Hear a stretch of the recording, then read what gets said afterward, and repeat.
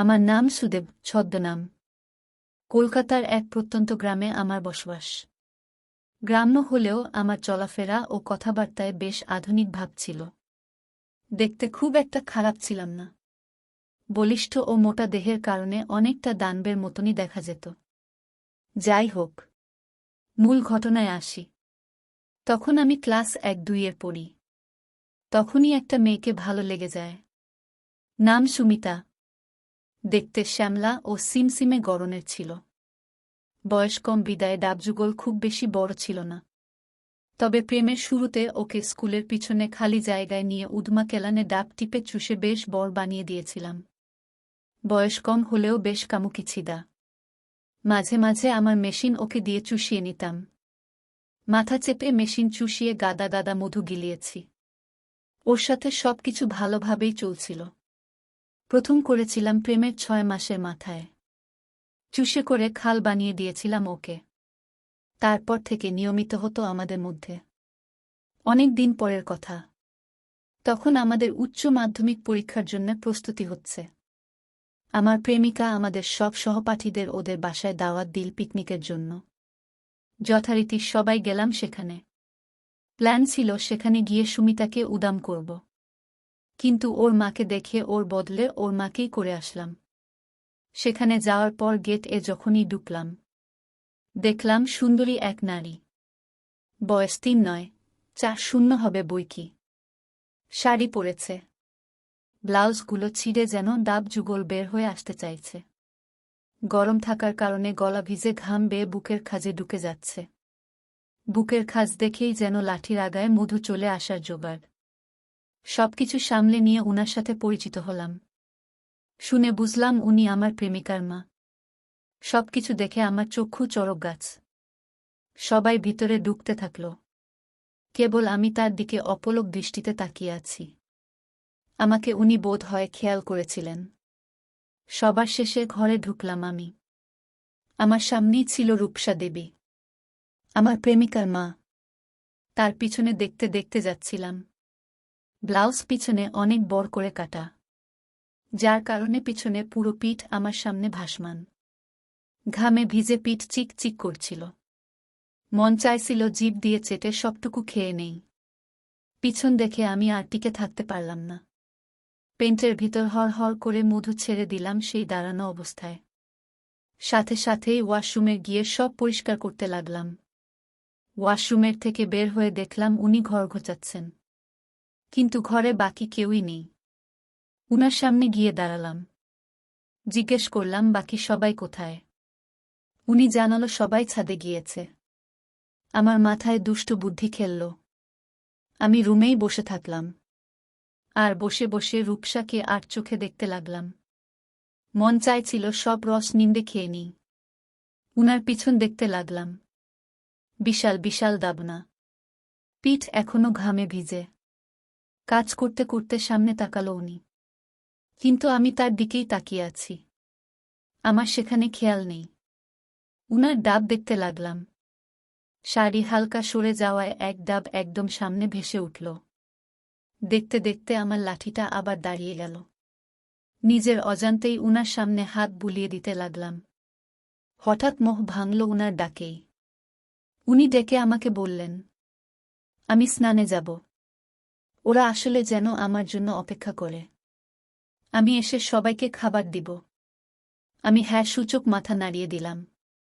উনি আমার সামনেই একটা শাড়ি, পেটিকোট, ব্লাউজ আর নিয়ে বাথরুমে চলে গেল। আমার দিকে তাকিয়ে মুচকি হেসে ভিতরে চলে গেল।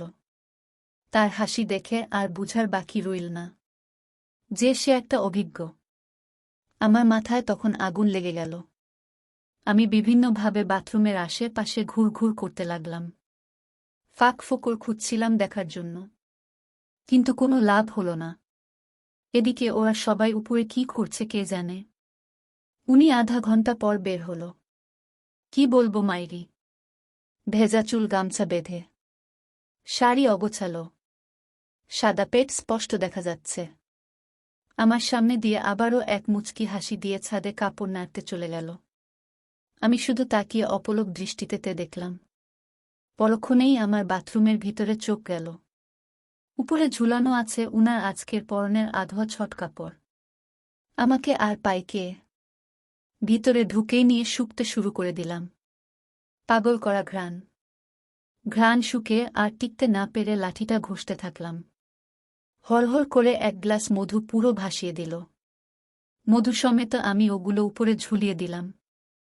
ফ্রেশ হয়ে বের হয়ে দেখলাম সবাই এসে পড়েছে।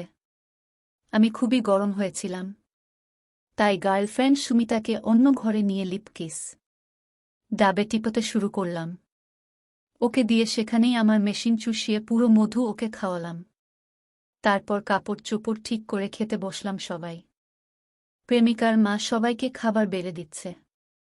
সবাইকে দেওয়া শেষে যখন আমাকে দিতে এলো, একটা মুচকি হাসি দিয়ে আমার দিক তাকাল। নুয়ে খাবার দিতে গিয়ে উনার শাড়িটা নিচে ঝুলে গেল। পুরো 2 পাহাড়ের খাজ আমার নাকের সামনে উন্মুক্ত হয়ে গেল। মন ভরে আমি শুকতে লাগলাম। এক অদ্ভুত গন্ধে আমি কিছুক্ষণ বেহুশ হয়েছিলাম।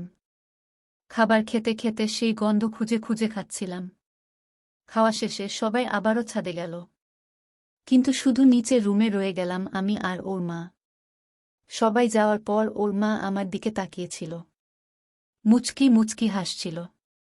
আমি আর থাকতে না পেরে বলেই বসলাম, মাসি, আপনার মতন সুন্দরী মানুষ আমি কখনই দেখিনি। এ শুনে উনি আবারও সেই মুচকি হাসি দিয়ে গাল লাল করে ফেলল। আমি তার হাসি দেখে আর থাকতে পারলাম না। তার সামনে এসে দাঁড়ালাম, উনার ঘাড়ে মাথা ঠেকালাম। ঘ্রাণ নিতে থাকলাম উনার গায়ের। দেখলাম উনি কিছু বলছে না, শুধু হালকা ঘোগাচ্ছে। আমি পুরো সাহস পেয়ে উনার ঠোঁট চুষে চুষে সব মধু খাচ্ছিলাম। আমাকে খাওয়ানোর জন্যই মনে হয় হালকা লিপস্টিক মেখেছে। পুরোটা খেয়ে নিলাম। আস্তে আস্তে ডাবে আসলাম। হতে বেগ পায় না এত বর্ষে ডাব। 3-8 তো হবেই। আমি পাগল হয়ে গেলাম। আমি পাগলের মতো লিপকিস করছি আর ডাব টিপছি। উনিও পাগল প্রায়। শাড়ি খুলে আসতে আসতে পেটের কাছে মুখ নিয়ে গেলাম। চুমু দিতে দিতে সামনে চলে এলো গভীর খাজের নাভি। নাভি দেখে আর লোভ সামলাতে পারলাম না। পুরো জিভ ঢুকিয়ে চোষা শুরু করে দিলাম। হালকা মিষ্টি গন্ধে আমার মাথা নষ্ট হওয়ার জোগাড়। নাভি চোষা খাওয়ায় উনি আরও বেশি গরম হয়ে পড়ে। আহ উহ শব্দে আমাকে আরও কাছে টেনে নিতে লাগল। পরে আমি দাঁড়িয়ে আস্তে আস্তে উনার ব্লাউজ খুললাম। বিশাল ডাব যুগল বেরিয়ে এলো আমার সামনে। একটা মুখে পুরে নিয়ে খেতে শুরু করলাম। কিছুদিন আগেই আমার প্রেমিকার একটা ছোট বোন হয়, যার কারণে উনার ভরপুর ডাব ছিল। কিছুক্ষণ চুষতেই হালকা নোনতা স্বাদের ডাব বেরিয়ে এলো আমার মুখে। প্রায় লিটারের মতন ডাব খেয়েছিলাম ওই দিন। তারপর আস্তে আস্তে নিচে নেমে উনার পেটিকোট খুলে উনার মধু ভাণ্ডারটা খুলে দিলাম। হালকা ঘাস ছিল সেই মাঠে। মাঠে চুষতে শুরু করলাম। আমার প্রেমিকার মাঠে খেয়ে তার মার মাঠে খাচ্ছি, এই ভেবে আর বেশি গরম হয়ে পড়ছিলাম। ইচ্ছে মতন চুষে খেয়ে দিচ্ছি। কিছুক্ষণ পর হর করে উনি আমার মুখেই মধু ছেড়ে দিলেন। নোনতা স্বাদের সেই মধুপুরটা খেয়ে আরও বেশ কিছুক্ষণ মাঠে চুষলাম।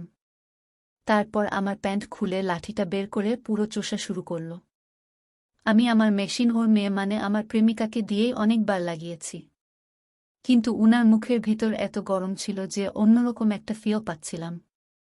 তারপর মেশিন বের করে ঢুকিয়ে দিলাম মাঠে। আস্তে আস্তে দিতে থাকলাম। গতি বাড়িয়ে রাম চাপ দিতে থাকলাম। আরা ঘরে ঘুমানির শব্দে ভরে উঠছে। আখ উফ, আখ উফ।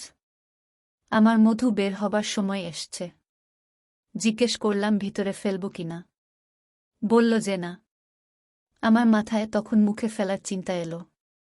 মেশিনায় মধু আসতেই টান দিয়ে মাঠে থেকে বের করে উনার মুখের সামনে নিয়ে মালিশ করে পুরো মুখ আমার মধু দিয়ে মাখিয়ে দিলাম। চোখ, মুখ, ঠোঁট, নাক, এমনকি মাথার চুল আঠা হয়ে গেল আমার এত মধু দিয়ে।